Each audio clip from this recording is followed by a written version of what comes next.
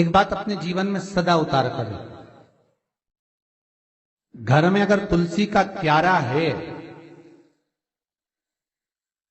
तो तुलसी महारानी हमें ये बता देती है कि हमारे घर में सुख आने वाला है कि दुख आने वाला है। जैसे शनि अपना प्रकोप दे रहा है या शनि उतर रहा है, ये किसी से पूछने की जरूरत नहीं पड़ती, अपने आप मालूम पड़ जाता। कैसे? शनि कथा अगर आपने सुनी हो तो उसमें व्याख्यान आता है शनि कथा में, पांव की चप्पल बार बार टूट रही हो, कमर से नीचे जो वस्त्र पहने हो वो फट रहे हो, कहीं पजामा है, धोती है, आदि वस्त्र हैं, कपड़े हैं, वो अपने आप फट, आज के जमाने में तो फटे फटाए पहनते हैं लोग, फैशन। उसकी गारंटी नहीं है, उसका हम वर्णन नहीं कर रहा। हम जब पहनते हम समझ जाते हैं इसको शनि तो ऑलरेडी लगा ही हुआ। जब उनका घुटना घुटनी सब फटा हुआ दिखता है तो उसमें लग जाता है कि शनि पहले से लग गया बापड़ा, उनके पहने से तो मालूम पड़े। शनि का नियम है, शनि कथा कहती है पांव की चप्पल बार बार टूट रही हो, घिस गई हो, बद्दी टूट रही हो, कुछ कर रही हो, और अगर कमर से नीचे जो वस्त्र पहने हो वो अपने आप फट रहे हो, समझ लेना कि शनि पांव से प्रवेश कर रहा, मतलब अपनी प्रखरता शनि दिखा रहा। किसी मंदिर में गए महाराज और वहां जाने पर चप्पल चली गई तो समझ लेना शनि की कुदृष्टि अब पड़ना बंद होना चालू हो गया। कितना सुंदर कहा है महाराज। जूता चप्पल आज के जमाने में तो फैशन हो गई साहब, घर की चप्पल अलग होती है, बाहर की चप्पल अलग होती है। लोग घर में चप्पल किचन तक में पहन के जाते हैं। अरे पानी ले जाओ सीओर से, रसोई घर में लोग चप्पल पहन कर जाते हैं, जहां भगवान का प्रसाद बन रहा है, जहां अन्नपूर्णा निवास कर रही है, और पूछा तो करे किचन की चप्पल है तो माथे पे रख लो। तुम अपनी मां को जरूर देखना है एक बार, वो बूढ़ी मां कितनी बार किचन में चप्पल पहन कर गई, मुझे जरूर फोन कर कर बताना। बूढ़ी मां रसोई घर में आज भी बिना चप्पल के जाती है, और बहुओं की कहीं एड़ी नहीं फट जाए, ठंड नहीं बैठ जाए, इसलिए ये रसोई घर तक में चप्पल पहन कर जाती है। सूर्य नारायण की कथा पढ़ना, शनि महाराज की कथा पढ़ना, और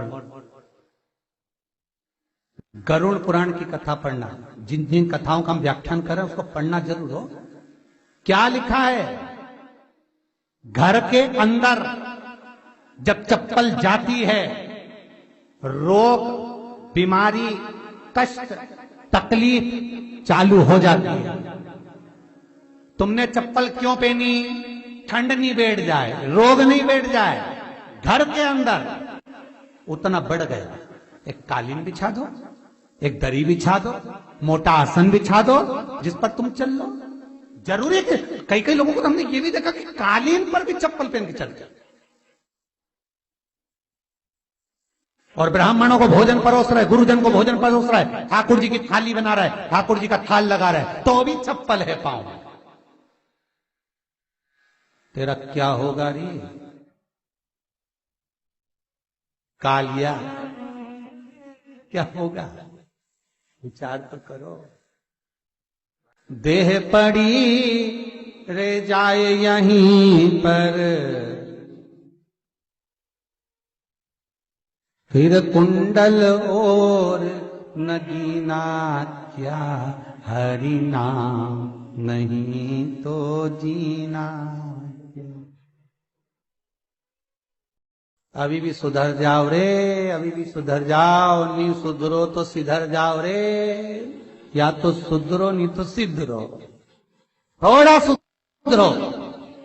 रसोई घर में अन्नपूर्णा रहती है, रसोई घर में शिव महापुराण की कथा कहती है जब भगवान शंकर को मां जगत जननी भोजन करा रही थी, शंकर जी ने वर मांगा था अन्नपूर्णा का, ए अन्नपूर्णे, तुम मेरे घर के बच्चों का भरण पोषण कर रही है। इस मृत्यु लोक में जितने मनुष्य जन्म लेते हैं ये मेरे पुत्र कहलाते हैं।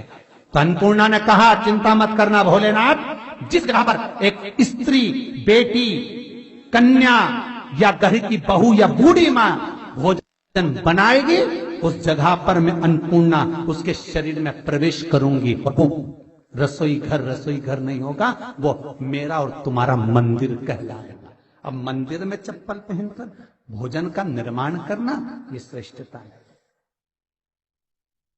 एक आसन पटक लो आप रसोई घर के अंदर, जिस आसन पे खड़े होकर आप भोजन बना लो। मोटा सा आसन रख लो, चप्पल की जरूरत ही नहीं। श्रीमद् भागवत कथा कर रही है, तुलसी का मात्र, तो शनि अपनी दृष्टि बता देता है। शास्त्र कहता है जब घर के अंदर प्रवेश करने के, जब आप घर में प्रवेश करें तो कोने में चप्पल को उतार दें। बाहर जगह नहीं है तो घर के अंदर प्रवेश कर कर लेफ्ट में चप्पल को उतार दें, और 7 या 3 कदम के अंदर चप्पल उतर जाना चाहिए घर के अंदर में। और उसके बाद अगर चप्पल अंदर प्रवेश कर रही है तो राहु केतु शनि के साथ प्रवेश करते हैं, जिसके घर में बीमारी कभी पीछा नहीं छोड़ती। शनि कथा, सूर्य की कथा का स्मरण करिए, आपको मालूम है, पहचान हो जाता है। महाराज तुलसी बता देती है कि आपके घर की दशा क्या है। बार बार जल डालने के बाद भी तुलसी सूख रही है, बार बार आप पूजन कर रहे हैं, पाठ कर रहे हैं, तो भी तुलसी के दल सूख रहे हैं। तुलसी बता देगी कि तुम्हारे घर में तकलीफ आने वाली है, कष्ट आने वाला है, सूख रही है। किसी ने जरूर कुछ ना कुछ ऐसा है कि इसमें घर में कुछ तकलीफ आएगी, तुमने लगाया फिर सूखी, फिर लगाया फिर। तुलसा महारानी बता देती है कि कष्ट है। और जिस गमले की तुलसा घेर घमोर हो, फलित तो हो, आनंद में हो, तो उस घर में फिर दुख नहीं आता, समृद्धि खुद बढ़ती चली।